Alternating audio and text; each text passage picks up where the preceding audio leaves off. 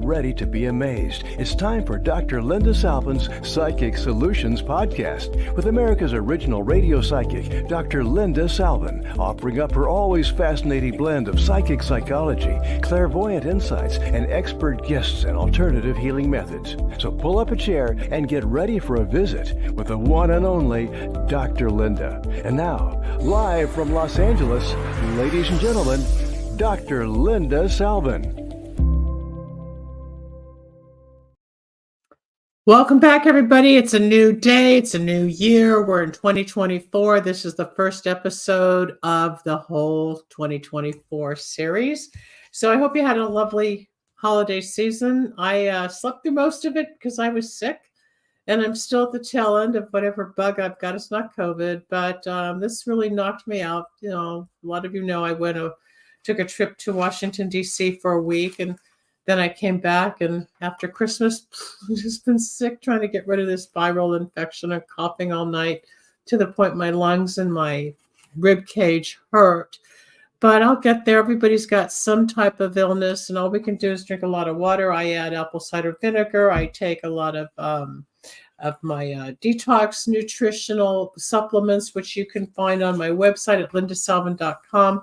And today what I want to talk about is the tools to use for spirituality in the new year. We all have them. It's just what are you going to do with them? We all have new goals. We all start to make new resolutions. We want to lose weight. We want to exercise. We want to make more money. We want to find the man or woman of our dreams, blah, blah, blah. It's always the same every year. And as you know, at the end of every year, we go, oh, I'm so glad that year is over. Well, are we really glad that it's over? You know, life isn't fun all the time. It's up and down. There's struggles, there's emotions, there's illness, there's death. We lost a lot of people personally as well as in society as far as the celebrity circle is concerned. We all get tested. There's no free ride in life. And the key is balance. The key is how are you going to get it together for yourself in order to maintain whatever lifestyle it is that you want for yourself, or to achieve more of the goals that you have as you aspire to become more. With me, most of the spiritual growth I practice comes through prayer and meditation. Prayer, of course, is talking to God. And I don't have to be on my hands and knees. Oh, dear God, I need this, I need that. I wish for this, I wish for that. I hope my friend's this and my dad's that.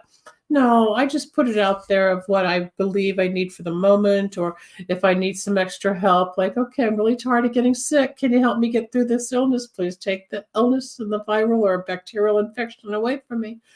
And sometimes I do feel a little stronger, a little better, but there's not magic. If prayer was the cure to all illness, we would never get sick. But it does give us some calmness.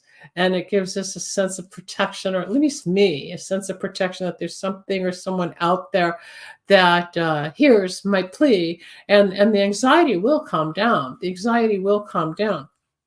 And meditation, as you know, is listening to God. So you're praying, you're talking, you're enunciating what your goals might be.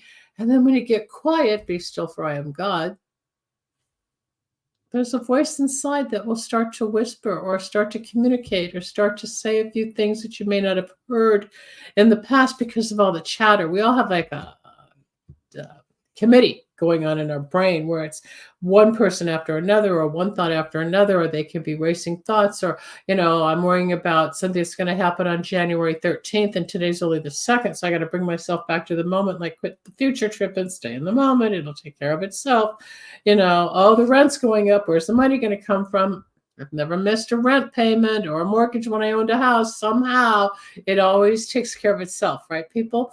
I welcome you to start the chat. There's going to come a time in the next week or two, once I get involved with the station, we're going to be putting out the phone number so you can call in and talk to me, and I can do a real talk show like I'm used to doing for 30 years. And I love the interaction much more so than the chat. But feel free, pop up, say hi, Happy New Year, how you doing? And yes, I'm wearing my Michigan sweatshirt. Michigan did win the Rose Bowl yesterday. It was quite a game. If you saw it, you know that we thought Alabama was going to take it, and then at the very end, Michigan pulled through. So I said I'd keep wearing my Michigan garb until we won. We won. So I was online with friends of mine all over the country that I went to school with. And, some were wearing her Michigan socks, another with a shirt and the earrings, and a guy that we went to school with was wearing his T-shirt, and I had my hat and my sweatshirt. So it was fun. We keep the spirit going. Um, as I said, I'm still not well. I still have this viral infection, so bear with me. I will have a coughing spell throughout the show. If it gets to be too much, I'll just sign off. But I do want to hear from you. What do you do to enhance your spirituality? What would you like to know about this year? There's going to be a lot of change in music. There's going to be a lot of change in relationships. There's going to be a lot of change in clothing. It's not going to just be temperature, and it's not going to just be climate control that we're going to be concerned of, or war. The war is going to go on. Excuse me. I'm so committed to doing my shows. I should just stay in bed and get rid of this thing instead of coughing in your face. If you go to my Facebook wall, where a lot of this podcast is being shown live at this moment, I just posted a paranormal show I did with JC and the Night Talker the other day, and he posted it. So you can listen to me being interviewed by a very well-known paranormal specialist on his show. That's on Facebook at Linda Salvin. If you want to reach me, you can always find me on YouTube at Dr. Linda Salvin. Instagram is Psychic Dr. Linda. And Facebook is Linda Salvin or Dr. Linda Salvin. There's the two pages there. As far as moving forward, let's focus on that. So a lot of us walked out of the last year without friends, quote unquote, or people, quote unquote, who were supposedly friends or coworkers that we thought would never leave our life, or we'd never be without, or we'd never not have in our life. And that's not true. A lot of people, myself, I was betrayed, I was lied to, I was used. I got myself involved in a professional situation where I lost a lot of money, not knowing I was being scammed. Happens to everybody, because especially the naive people. But when somebody tells you you're a friend and this is going to happen and that's going to happen, then they turn around and backstab you, then you get another insight to what the people's personalities really are. And backstabbing's not cool, especially when you're trying to be your best self. Thanks, country. It's a week into this thing already. The worst is over. The worst. I mean, I couldn't even breathe last week. Backstabbing's a big one for me, where I get backstabbed a lot, and I don't know why, because I try to do right, but it's usually people are jealous, or they take, and then they take and move on to something else. But the karma is supposed to be big this year. The year 2024 stands for karma. Okay, so 2 + 2 is 4 + 4 is 8, and 8 is the karmic number. So whatever went on last year is going to hit some of these people in the tush. Some of the people that did wrong to you will finally get back to them what they did, because this is the year of rebound. It's a rebound year. So it should be a prosperous year for most of us, where we will be making more money, even though we are in the throes of a recession / inflammatory or inflationary year. It's also an electoral year. We've got a lot going on, and no, it's not the end of the world.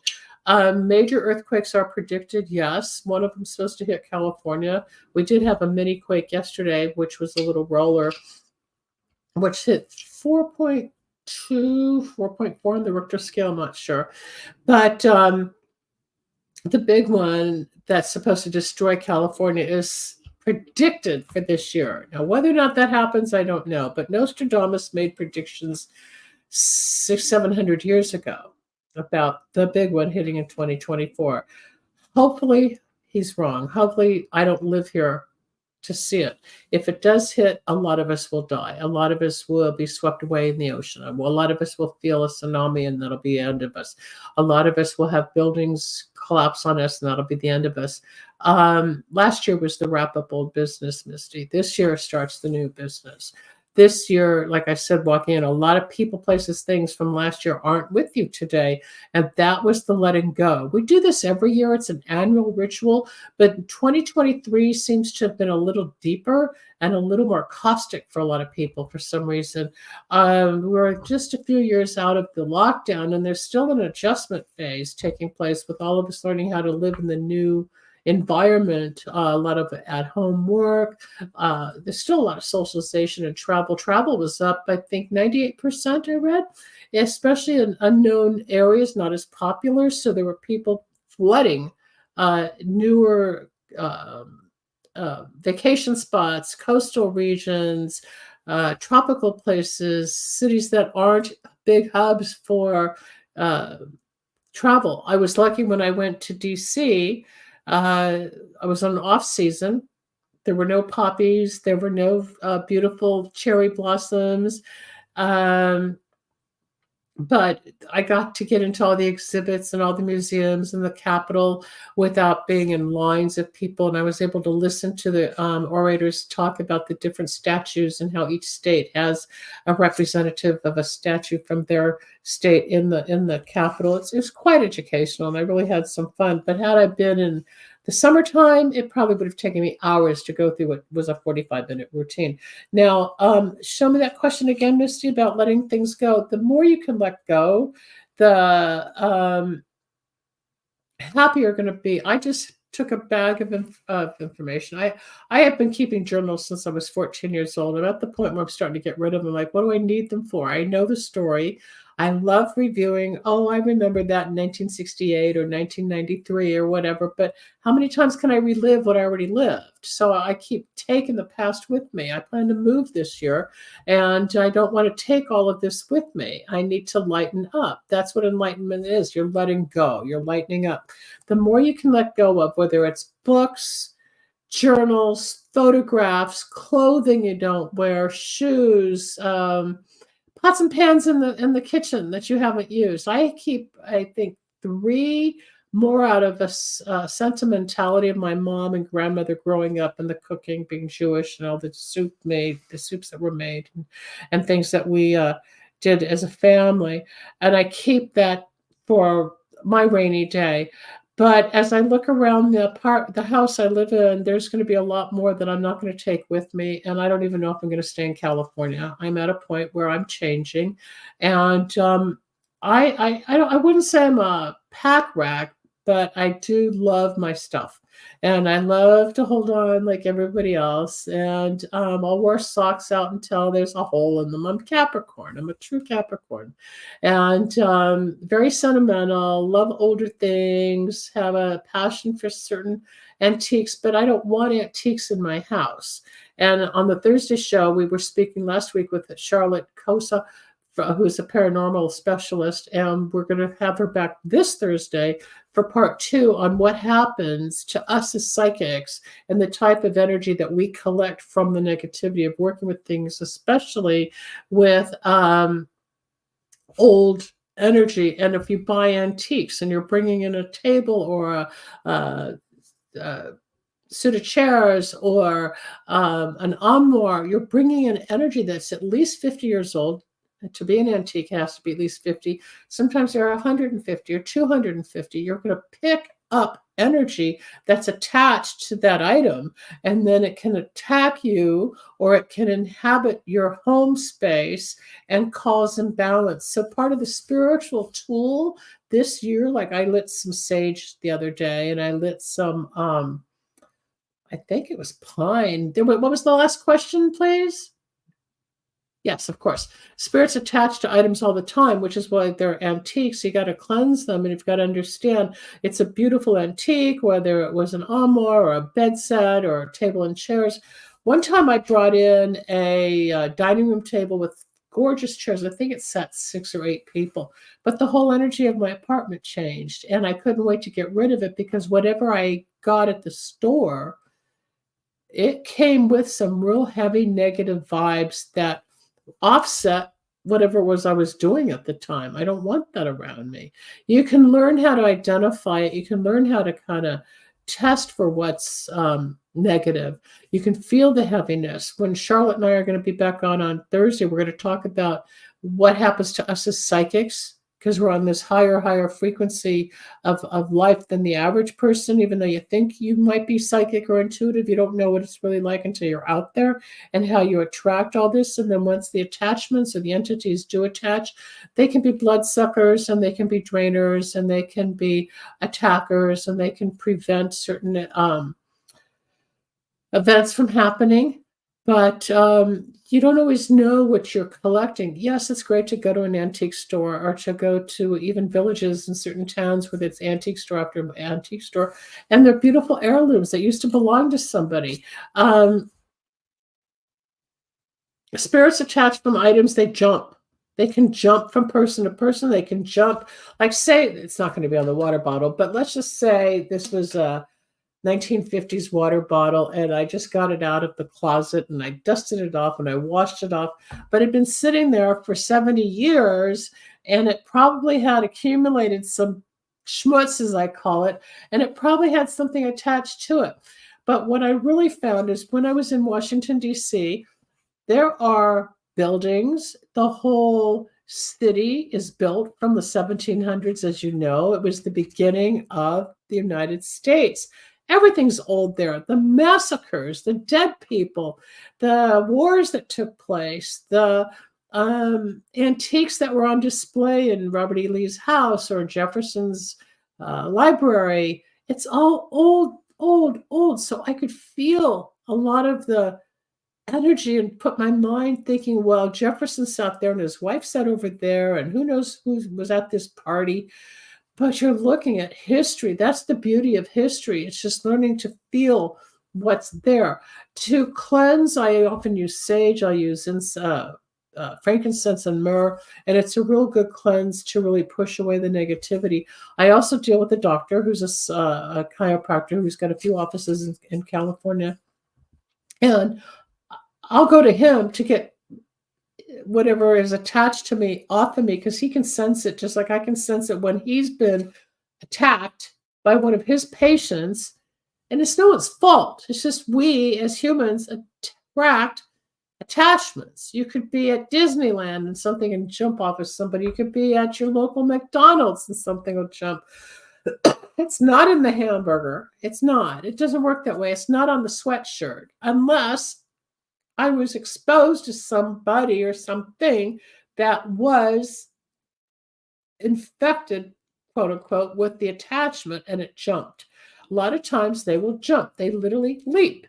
I don't see them. You can't see them. You can sometimes feel them. You can sometimes feel like, oh, I itch, or what is that behind me? That's when you can feel their spirit coming on you. It's like a little tickle. But the actual invasion, you're not going to be choked to death. They're not going to, it's not like in a cartoon where they're going to take over. But there are real entities that can be cleansed. And my suggestion, especially if you're working with antiques or you're getting rid of old stuff, is check out what you don't need, what you do want to walk into the near future and future with, and keep it clean. You know, less is more. Downsizing is very hard. I need this book. I need that journal. Oh, I don't want to get rid of that blouse. Oh, that was my mom's sweater. You know, we hold on. Hold on. Sorry. And we have our physical attachments. I'm talking spiritual attachments. We can also be spiritually attached to property. We could be spiritually attached to a home. A lot of times, say there's 5 people in a family and everybody wants out except one person, and then the house is on the market and people keep looking and the realtor brings people. But until that one last person commits to wanting to leave that abode, it's not going to sell, because the energy of holding on, or the emotion or the passion or the purity of the past is going to outweigh the freedom of the future. So until everybody's on board to say, okay, we're moving, that house is not going to sell. Even if the father says, oh, we listed the house and we want X number of dollars for it. And the mom said, yeah, let's go. And she starts packing everything up. And then one brother says, okay. And then the sister says, okay. And then somebody else says, no, I'm not going. I'm not ready. It's going to stall the process, regardless if you think it's true or not. Watch how it happens in your own life. It has to take all to finally be in agreement for it to change. You want to be able to be as nice as you can, of course. We all get agitated, we all get cranky, we all get bitchy, we all get moody, we all get righteous, we all get judgmental. I'm not God, I don't walk on water, I just know what the tools are, and I try to apply them most of the time, and I teach them most of the time. But my job as a psychic and a healer is to give predictions as to where you're headed, what your job might be like, what the career might be turning into, what the relationship's about, how to overcome something. I've got a very disappointed client right now because the woman of his dreams just wants time for herself and her children without the relationship. And I think it'll come back for him, but right now they got to take a break until she figures it out. And I can't fix it for everybody, and nobody can. I've been to readers where they promised, such and such a thing with career or my love life, it's going to happen, and it didn't, and it still might, but nobody's perfect. But I do know some of the top readers on the planet, and even they're wrong. No, we're just human doing our job. But as far as teaching tools, let's just get back to the basics: prayer, meditation, lightening up. Like there's a lot of books behind me, as you see, and there's a couple of trophies and some artwork, and way at the top over, where am I? That's my family. My mom is right. Let me see if I can do it there. That's my mom before she passed away in 2009. So, those kind of things, pictures I'm not going to get rid of. But certain pictures from the past, or maybe when we had rolls of film, we take 12 rolls of film on a trip. I can probably now take a couple of screenshots just for the memory and get rid of all the photo albums. It's just letting go, people. We can't take it all. I've been collecting record albums since I was 9. So I have thousands of record albums, and I have sold some, I've given them away. And now a lot of people don't want them because they don't use them, although they do say that the records are coming back. So I might keep them, but I don't listen to them like I did. And it's not the 60s and 70s, and music has changed. Music changes with vibration of society. And sometimes I feel like society dictates the music more so than the music dictating society. Music, of course, is the universal language, and we all feel it in our soul, whether it's Baroque or classical or rock or pop or country or the new age or the real industrial music. There's different sounds. I don't know if the albums are worth money. I've looked online, and some, a couple of dollars here. Certain albums like the Beatles and Carly Simon, yeah, they're over $40 an album. But by the time I put it up to sell, I don't know if I'll do that, or I'll just have a buyer come and get them at the point when I'm ready to let go. It's the process. It's the process of letting go to bring in new. It's the process of making space. Do I wear this dress? Do I wear these jeans? Do I really need this sweatshirt? No. So if I get rid of something, they say if you're going to buy something new, get rid of something old. So I donate a lot of clothes to different organizations where people need things that are less fortunate than me. I like to give because then it comes back somehow. I had a Lyft driver in DC the last night. I wanted to go see the what's it called? The Kennedy Center all lit up, and it's gorgeous. All the different rainbow colors. It's a beautiful, beautiful building. And I could see, I went and saw the Lincoln Memorial at night and the Jefferson Memorial. And the guy quoted me how much he wanted me to pay him. And I said, well, that was quite a ripoff. He said it was 2 hours. And I looked it up online. And I mean, he charged like 3 times more than normal online. And I let him know if he needs it more than me, fine. It'll come back to me tenfold. It always does. If you feel like you're being ripped off or betrayed, just say to me, it come back to me tenfold. And it boomerangs. If somebody needs it more than you, fine, let them get it. You're not going to die because of the emotional attachment, Misty. We hold on emotionally because we think we can't live without it. Oh my God, I got to read that book one more time, or I got to wear it one more time, or I got to look at the picture of him one more time, even though we broke up 3 years ago, whatever. We have emotions. It's really hard to let go. Point in fact, gosh, we're coming up on 15 years that my mom passed away. It'll be 15 years in March. But I remember when my dad called me over and asked me to clean out all her stuff. And I found things that she collected, which was similar to what I collected.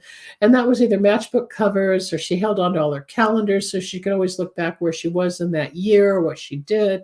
And I thought, wow, we've got so much in common. But she couldn't let go. She not that she was a pack rat, but she kept certain things that the three of us had done in our life, or whether it was our first handprint. Remember when you were a kid, and they have potatoes and we made handprints. She kept all that stuff, or our first poems or our first Mother Days. We're sentimental beings. That's what's beautiful. But how long can you hold on to something? I still have high school boyfriend letters. They're still in a trunk from my memoirs of those days. I think, when you're young and impressionable, sometimes they're more important relationships than some of the adult relationships. They feel different, so you hold on. But when is it time to let go?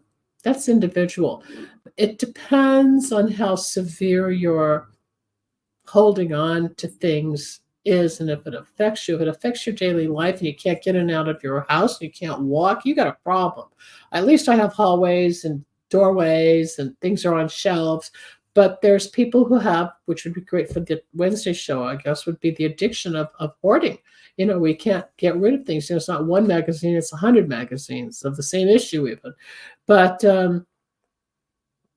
the individual release is something you have to ask your own God. Okay, am I really ready to let this go? I took one of the diaries sitting on a chair that had been there for a year. It's been there for a year. I probably entered 2 or 3 pages in the last year. I didn't even open it up. I don't want to remember what's in there. I just threw it in the bag, and it's going in the trash today, and it'll be picked up tomorrow. I don't want to know what I wrote. I don't want to remember where I was. It doesn't matter. I have plenty of other books and journals, and if I have to relive my moment one more time, something reminds me of something. I'm turning 70 in how many days? 10 days. I'll be 70. I can't take all this stuff with me. I don't know how much time I have left. I don't know if I've got a year, 3 years, 5 years, or 3 months, or 25 years. I don't know. I don't know if I have a long life or a short life. I don't know. I do know I've got more time behind me than I do ahead of me. And I got to make the most of what's left.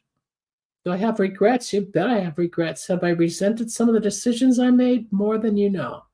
More than you know. Do I let go, let God? Most of the time, yes. Am I always pleased with the journey? Absolutely not.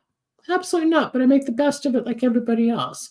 Am I where I thought I'd be at the age of 70? Nope. Nowhere close. Nowhere close. Do I have some new opportunities coming? Yes. So as they unfold during the year, I'll come on the air and talk about it. But I'm not going to put it out there now because I don't want to jinx it. Or if it falls out like some things do, then I'll look like a fool. What you said, blah, blah, blah. Yeah, I said, and that's what was going to happen. And then somebody pulled the plug as usual. And it changes. Like all of us, whether it's a store, whether it's a gas station, whether it's a restaurant, whether it's hotel, whether it's your private business, if it's a consulting agency, if you're an accountant, if you're milking cows on a farm, it doesn't matter what you do, it's going to change. The routine is the same, but how are you going to go into it with new tools? Are you going to pray? Are you going to talk to the cow, talk to the people at the gas station? I spoke to some people at the museums. People don't want to talk to strangers. I just thought, well, here's a father talking to his kid about astronomy, and it reminded me of my dad. And I tried to, relate and don't want to talk. It's like, okay, that's today's society. Nobody wants to talk. The letting go is an individual situation. I mean, if you're hoarding and you've got nothing but old stuff, or if you're a smoker and you haven't thrown out the ashtray in a couple of weeks, let's say you have a problem. If you are real frugal and you can't just throw away the toothpaste because you've got 2 or 3 more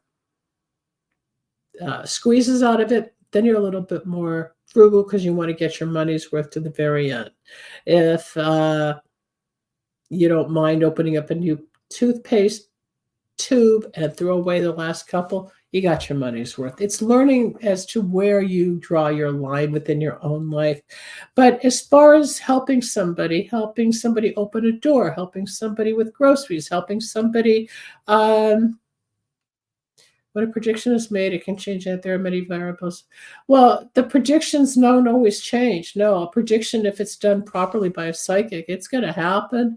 And if it doesn't happen at the last moment, then there's free will that got involved. But as the psychic reader sees it, it's going to happen. But the timing of the event might be off. That's where a lot of people get freaky, myself included. Well, you said in 4 weeks this was going to happen. Well, it didn't happen. Well, you said that he was going to do blah, blah, blah by such and such a date, but it didn't happen. You said she at work was going to be blah, blah, blah, and it didn't happen. But then 6 months later, it starts to happen.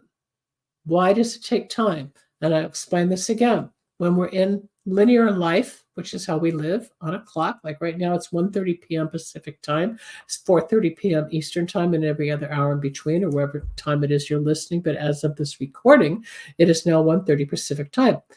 But I could say something today that I believe would happen probably March or April, and then we come up to it. And the chances are, if I made a prediction in your life for around that time, it's going to happen. Now, if it plays out exactly as happened, great. If there's alternatives because the other person has free will or some changes or challenges, that's not up to the psychic, and it doesn't make the psychic wrong. Remember, linear time, we work with clocks and calendars in the physical world. So we're now in 2024, January. What happened last year is the past. Not going to get that time back. We lost that time. Whether you took advantage of it, whether you slept through it, whether you were slothful, meaning lazy, didn't take advantage to become productive, or you were depressed more than happy, or whatever. 2023 is gone, as is 2022 and 2021 and 1963 and 1842. It's all the past. But in our mind, we have memories. So we think we can still relive it. But the truth is, the now is the moment. When you're in a spiritual realm, making a prediction, there is no time limit, because time does not exist in the spiritual world. It only exists in the linear world. Like I'm saying, we have a clock. We live on a calendar. We know in time frames that there are 7 days to a week. I was reading something yesterday that originally Russia had made 5-day work weeks with no weekends. So the calendar had changed over decades of people manipulating time as we know it, with 7 days, 5 days of work and 2 days, quote, off work, which is called our weekend. So we live in a system of 7 days, 12 months, which there used to be 13 months from what I understand. The whole thing keeps changing. But in my lifetime, it's been 12 months a year, 4.3 weeks per month, 24 hours a day. Depending on the month, we have on average 30 days a month. February is only 28. I believe this year's leap year, so we may have 29. And then sometimes we have 31 days, but it all balances out to 365 days. I didn't make it up. The Mayan calendar versus the linear calendar, they're all different calendars. How the world functions is beyond me. How did somebody say, okay, here's a pen, and then it became the universal word around the world that these are called pens, and these are called bottles? Who made up the words, and how did it become universal? You can analyze everything. Don't worry about that. If you want to clean out your closet, get some big bags, start putting stuff in, take one last look and go, oh, I'm going to give it away. And just wish and pray that somebody who needs it more than you will appreciate it. That's what I do. You bless it. I got to bless my bronchial infection here. But yes, I'm drinking teas and I'm taking tonics, and it's definitely not like it was. Last week I had to get up off the air altogether and let Charlotte talk on Thursday because I couldn't even breathe. But, if you have questions about how to go forward, you got to look at your own list.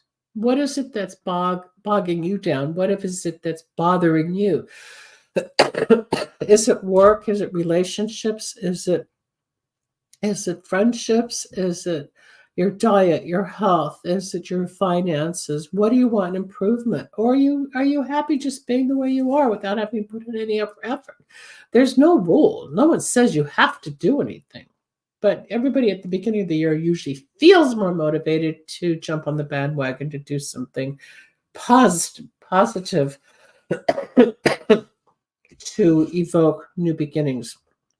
And then at the end of the year, next year, we'll say, at the end of December, we'll say, oh, I'm glad that's over. We'll see what we went through this year, just say, oh, I'm glad that's over. Every year it's the same thing, and then you're another year older. Ask more questions, guys. I love it, but like I said, we're going to be getting the phones going, so hopefully I'll start jumping this show into some activity with conversation. Also, some of the tools are when you see somebody who's less advantaged than you. I don't always give them money, but once in a while, I will give somebody on the street money. I also know that there's a lot of beggars on the street that don't need the money. That's just how they make a living. And they come across looking like the most pathetic, sad story. And then they're there every day collecting the same amount of money with the same cup or whatever, and they're taking in they're hauling in cash. After a while, you catch on. Once in a while, you can pay it forward. That's another tool for when you look back, you always have to move forward because you can't go back. You've got memories. You would like to undo the past, or you maybe remember somebody made you really happy, or something you bought, or someplace you went, or something you did, whether it was school or work or living or whatever, relationships. You got to be able to live with yourself. The bottom line is, how comfortable are you with you? So spiritually, through prayer and meditation, you can let go of what the guilts are, the resentments are. I could have, would have, should have. What if I'd married him? What if I hadn't said no to this one? Maybe I would have had a happier life at this. I've been proposed to 8 times. It doesn't mean there's something wrong with me. I just wasn't ready, or the one that I really wanted, it didn't feel right at the time because of what I was dealing with. In retrospect, could I have made it work? Yeah, probably. Do I regret it now at this age? Yes. But then I also know somebody else is coming in. But there's opportunity, spilled milk. We all have missed opportunities. But are you going to sit and dwell on it for 25 years going, oh, poor me, I should have stayed with that or done this or not gone to that school or gone to this city or stayed with this person? You can't. But the mind, the memory comes back. The memory's for a lesson. It's usually a checkpoint, like, okay, I remember I did that, but I was also 40 years younger. So what was I thinking? At the time it was working, or at the time it's what I needed, or at the time it's what I ran from, or it's the time I embraced it, whatever. But now, does it make sense? Is it still what I want? Still what I need? Does it still appease me? Plug it in. Ask yourself the questions as to how does it make you feel now? How will you feel if you throw the book away? How will you feel if you donate some of the clothes? You buy new clothes. Okay, you can't fit into the jeans now. It doesn't mean you won't fit into them later. So get rid of them now. And then if you lose weight, you buy new jeans later. It's a different style anyway, right? So it's individual. Everybody's journey is individual. Everybody's path is individual. But the tools are being kind. You might want to write things down. You might want to journal things. You might want to get to the truth about how you feel by writing a couple of paragraphs about what the situation is and see it on paper. No one's going to see it but you. It's just you. But we think in our mind the whole world sees us. We think that they're watching. Well, maybe Big Brother is watching. Oh, who knows anymore? But as far as your own inner thoughts and your own process, no, it's just for you. I started journaling at 14 when my aunt gave me my first diary, and then I kept up with it, 55, 60 years. I took some time off, but there's still a nice catharsis. There's a feeling of relief when I get to write what I've done for the day, or who I was out with, or where I went, or whatever. It solidifies the thought. Same as writing a poem or a song, or my book will be out this year finally, because I think we're at the tail end of putting all the chapters together. So that'll be something new. Get another goal fixed and finished to get the book done. And then I hope you guys will buy my book. But I didn't write it for me. I wrote it for you. The opportunities that we all share come from our own experiences, our own jobs, our own family. I had a stroke in August of 23. I have a DNA nutritional product, Gail, that helps with stroke, and I've been talking about it on the air for many years. It's called DNA nutrition. Stroke is out of the SOD2 gene. So when the SOD2 gene is out of whack or not nutritionally fed, a lot of times people have stroke or cancer, heart attacks, whatever. Each gene in our body has a different um, purpose. So if you start taking the DNA nutrition, you will find that that gene will start to heal and your energy will come back. And I don't know, I'm not doing an assessment off the air, but I would suggest you call me off there and let me assess the damages, whether you're paralyzed or not able to talk, or if you're mobile, whatever, if it was a mini stroke, if it was a major stroke. There's different levels, but there's ways to heal through nutrition. So part of what I do, since you look new to the show, my background's epidemiology, but I have a PhD in metaphysics because along the way of my life, I went from grad school and epidemiology and heavy healthcare analysis to being in a plane crash, becoming psychic and spiritual. And so I've integrated the woo-woo with the science. So I know how to integrate your body, having gone through stroke, with your spiritual reasons. Now, stroke a lot of the times means wanting to give up on life. That's what the metaphysical meaning can be. My mom had a stroke and she couldn't talk for a year. And then we got her talking, and it was a treacherous time back then. I think it was late 90s, early 2000s when that happened. And it's horrible because of the limitations, but it's frightening. But for you, Gail, it's a near-death experience. You're still here. So now you've learned lessons. Now we got to plug in what those lessons are to make you stronger, to see why you survived all this and what your next goal is. So feel free to call me up there. The contact information goes at the end of the show, which will be in about another 5-7 minutes, Rebel. I don't know. Where are we? A stroke, everything we go through in our body deals with our genetic makeup. We inherit genes from our mother and father. And the beauty about this nutritional product that I've been taking, and I solicit and I sell, I market, it's strictly private. It's not like, thank you. It's not like some of the genetic companies out there where you're going back into your history. And if you're from Asia or Russia or Africa or Poland or whatever, this is dealing basically primarily with the genes you inherited from your mother and father that cause disease in your body. I inherited the cardiovascular disease gene from both sides of the family. I'm okay with my SOD2, although my mom had a stroke. That doesn't mean I'm going to have a stroke. But by taking this, I eliminate the risk for more heart problems. I had heart problems in 2002, 22 years ago. But we analyze the genes, and then there are pages and pages of data that come out. I can't really show it on the computer here, but we learn about the different genes and what's associated and then what nutrients are right for it, because epigenetics is based on nutrition and our genes. It's a rather new science that they're coming up with to heal people. There aren't very many companies out there that do this. You get 18 genes done for under a couple $100. We're normally at $6,000 a gene with some of the companies. But you would find out what the hot spots are. I'm trying to find the SOD. Here's SOD with the free radicals. Helps protect your body from some of the more dangerous free radicals, which is going to cause the cancers, Parkinson's, stroke, and everything. So when the body's imbalanced, your potential for disease is higher.